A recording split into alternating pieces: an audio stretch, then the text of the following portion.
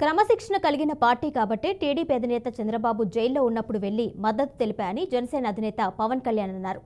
అన్ని నియోజకవర్గాల్లోనూ ఐక్యతతో శ్రమించి విజయం సాధించాలని పిలుపునిచ్చారు. పీఠాపురం జనసేన ఆఫీసులో జరిగిన చంద్రబాబు నాయుడు పుట్టినరోజు వేడుకల్లో పవన్ కళ్యాణ్ పాల్గొన్నారు.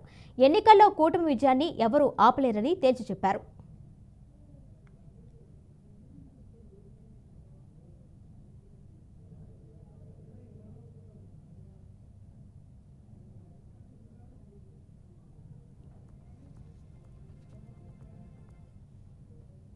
ఇది సమిష్టి నాయకత్వం. వర్మగారు లేకుండా మనం ముందుకెళ్ళట్లేదు. వర్మగారితోనే కలిసి వెళ్తున్నాం.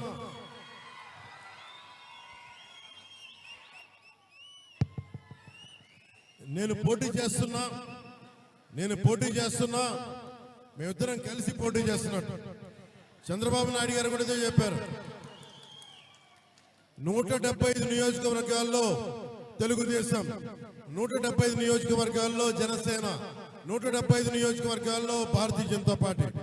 ఎందుకంటే ఒక నాయకత్వం, సమిష్టి నాయకత్వం ఆంధ్రప్రదేశ్ 5 కోట్ల ప్రజలకు కావాలి అని చాలా బలమైన ఆకాంక్షతోటి ఈ రోజున మీ ముందుకు వచ్చాం.